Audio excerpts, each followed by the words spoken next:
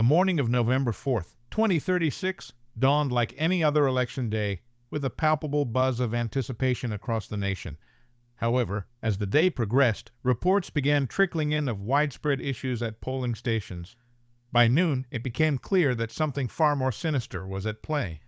A sophisticated cyber attack had infiltrated the election infrastructure, disrupting voting systems in several key swing states.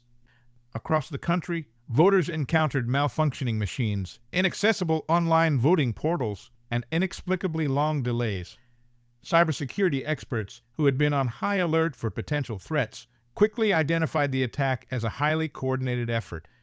The attackers had used advanced malware to corrupt the voting data and block access to backup systems, effectively paralyzing the electoral process. In the hours following the attack, disbelief and confusion reigned supreme. News networks struggled to keep up with a rapidly evolving situation, providing fragmented updates that only heightened the sense of chaos.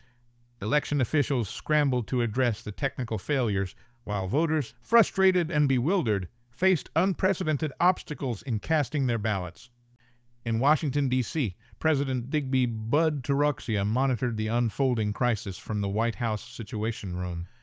Despite the mounting evidence of foul play, initial reactions were marked by skepticism and denial. Many believed the disruptions were merely technical glitches, the result of overwhelmed systems rather than a deliberate attack. As the day wore on and the irregularities persisted, the narrative began to shift. Reports emerged of strange anomalies in voting patterns, with certain precincts reporting implausible turnout rates and suspicious vote counts. Social media erupted with accusations of hacking and manipulation, fueling public outrage and deepening the crisis. By evening, the gravity of the situation had become undeniable. Cybersecurity experts confirmed that the election systems had been compromised, and evidence pointed to a deliberate and sophisticated attack. As the scope of the breach became clear, suspicions of foul play and manipulation of election results grew. Political leaders from both parties demanded immediate action and answers. Accusations flew across the aisle, with each side blaming the other for the breach. President Taroxia, facing mounting pressure, addressed the nation in a hastily arranged broadcast. He acknowledged the severity of the attack and assured the public that every effort was being made to secure the integrity of the election. However, his words did little to quell the rising tide of suspicion and anger.